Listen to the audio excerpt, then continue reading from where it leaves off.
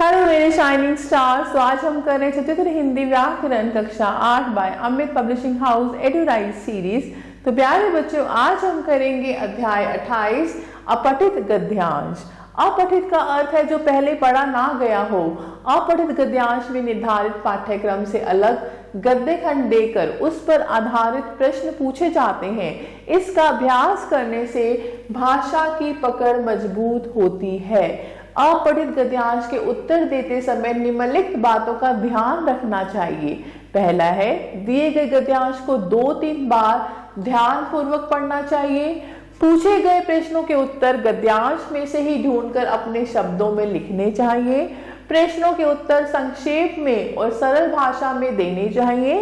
यदि गद्यांश या पद्यांश का शीर्षक पूछा जाए तो ध्यान रखना चाहिए कि शीर्षक संक्षिप्त और सटीक होना चाहिए। उसका संबंध विषय वस्तु के साथ होना चाहिए और संबंधित प्रश्नों के उत्तर अपने शब्दों में लिखने चाहिए। जैसे हमारे पास है एक गद्यांश। अभ्यास के लिए एक गद्यांश नीचे दिया जा रहा है, इसका अध्ययन करो। मानव और प्रकृति का संबंध अन्योन्याश्रित है। मानव ने आदिकाल से ही जंगलों में स्वयं को सुरक्षित रखने के लिए पेड़ों को अपना बसेरा बनाया था। वृक्षों के साथ उसका नाता उतना ही पुराना है जितना कि स्वयं उसका अस्तित्व। तभी से मनुष्य ने जाना था कि स्वयं के जीवन को सुरक्षित रखने के लिए उसे वृक्षों को अपनाना होगा। वृक्ष न केवल हमें भोजन, ईंधन, वस्त्र, छाया, औषधि आदि देते हैं, बल्कि जीवन यापन हेतु सभी आवश्यक सामग्री यथा कागज, पेंसिल, रबर, गोंद, कोयला आदि हमें वृक्षों से ही मिलता है।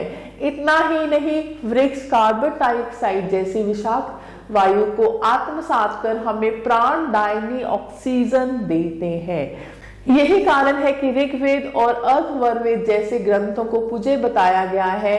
हमारे पूर्वजों ने वृक्षों के महत्व को समझा था और यही कारण है कि वृक्ष हमारी परंपरा और संस्कृति से पूरी तरह से जुड़ गए हैं। आधुनिक जिंदगी में कई बार हम वृक्षों को महत्व देना भूल जाते हैं और औद्योगिकरण की आड़ में भी बड़ी मात्रा में वृक्षों को नष्ट कर देते हैं।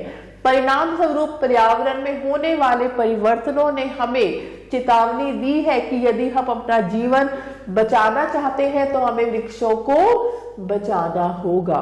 उपयुक्त गद्यांश को पढ़कर पूछे गए प्रश्नों के उत्तर दो। प्रश्न 1, वृक्ष हमें क्या क्या देते हैं? तो उत्तर है, वृक्ष हमें भोजन, ईंधन, वस्त्र, छाया, औषधि आदि देते हैं। प्रश्न 2, वृक्ष कौन सी विषाक्त वायु आत्मसात करते हैं?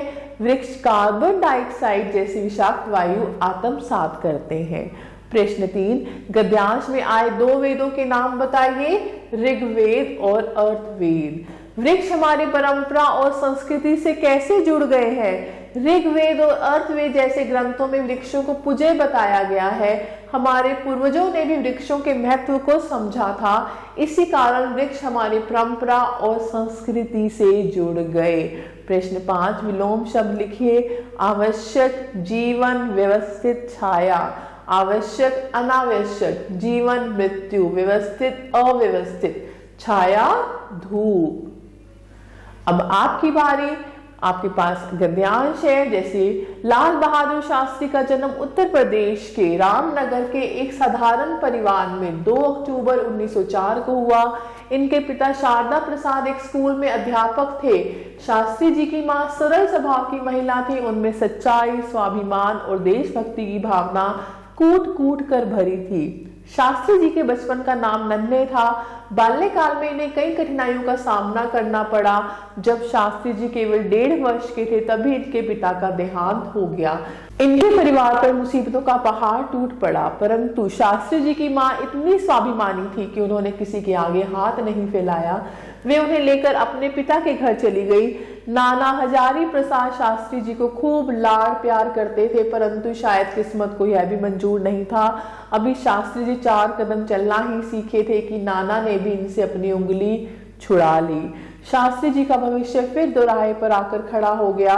माँ की समझ में नहीं आ रहा था कि अब वे क्या करें। वे बहुत चिंतित थी कि किस प्रकार शास्त्री जी की आगे की पढ़ाई जारी रखे और उन्हें आत्मनिर्भर बना सके। काफी सोच विचार के बाद उन्होंने शास्त्री जी को उनके मामा के घर बनारस पहुंचा दिया, परंतु इनकी किस्मत में यहाँ भी सुख नहीं था। इन्हें अपनी पढ़ाई पूरी करने के लिए आश्रय की जरूरत थी, लेकिन इसके लिए इन्हें मामा मामी के घर झाड़ू लगाना, कपड़े धोना आदि बहुत से काम करने पड़ते थे। माँ शास्त्री जी को सिखाती, हार ना मानना ही जिंदगी का दूसरा नाम है। जिंदगी में अगर सफलता प्राप्त करनी है तो उसके लिए परिश्रम करना आवश्यक है। माँ की इसी सीख ने शास्त्री जी को विपरीत से विपरीत परिस्थितियों से स्वयं को निकाल लेने की ताकत और बुराई को पीछे छोड़कर अच्छाई के साथ आगे बढ़ने की सीख दी। तो प्यारे बच्चों, कितनी अच्छी सीख है, हमें अपने जीवन में इसे भी अपनाना चाहिए। उपयुक्त गद्यांश को पढ़कर पूछे गए प्रश्नों के उत्तर दो। लाल बहादुर शास्त्री जी का जन्म कब और कहाँ हुआ था? प्रश्न 2, शास्त्री जी को बाल्यकाल में किन कठिनाइयों का सामना करना पड़ा और शास्त्री जी की माँ उन्हें क्या सिखाती थी? तो मैं आशा करती हूँ आप ये कर सकते हैं। ऐसे ही सही विकल्प चुनो। शास्त्री जी के बचपन का नाम क्या था? नन्हे। शास्त्री जी के पिता का क्या नाम था? हजारी प्रसाद। चिंतित शब्द में कौन सा प्रत्यय है? तो आप बता सकते हैं। बुराई शब्द में कौन सा प्रत्यय है? बड़ी ई। तो ऐसे ही हमारे पास दूसरा गद्यांश है, आप इसे पढ़ सकते हैं और इन प्रश्नों के उत्तर दे सकते हैं। मैं आशा करती हूँ आपको अध्याय अच्छे से समझ आया होगा। आप सभी बच्चों का तहे दिल से धन्यवाद। हमेशा खुश रहे और स्वस्थ रहे।